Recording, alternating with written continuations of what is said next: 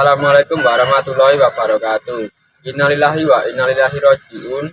Innalillahi wa innalillahi rajiun. Innalillahi wa innalillahi rajiun. Wonten pangarsanipun para sesepuh dalah bini sepuh ingkang tansah kawula hormati. Para pangemban-pangembaning praja satriyaning nagari ingkang tansah kula sinusabdana saha pangersa wilayah dusun Sidomaju ingkang tansah kawula hormati.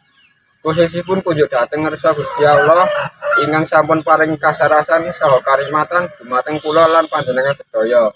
Saengga kula lan panjenengan sedaya saged kempal manunggal wonten ing papan menika.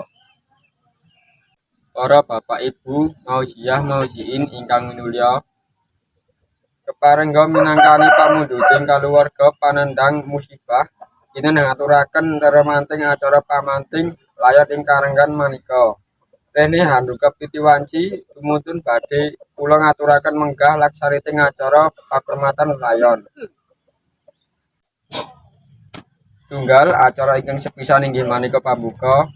Pindho atur panuwun saking kaluwarga panandhang musibah. 3 atur bela sungkawa saking wakil para pelayat. Sekawan atur bela sungkawa saking mitra makarya. Gangsal atur panglipur. 6 kalajengaken pambidaling layon kanthi adat idiwalna ingkang sampun lumampah ing padesan saha katatup donga pambidaling layon saking Bapak Sabda. Wusana cekap semanten kemawon atur kula, mbok bilih wonten klenta-klentunipun rembak kula ingkang kirang prarani, kula tansah nyuwun agungipun pangaksami. Wassalamualaikum warahmatullahi wabarakatuh.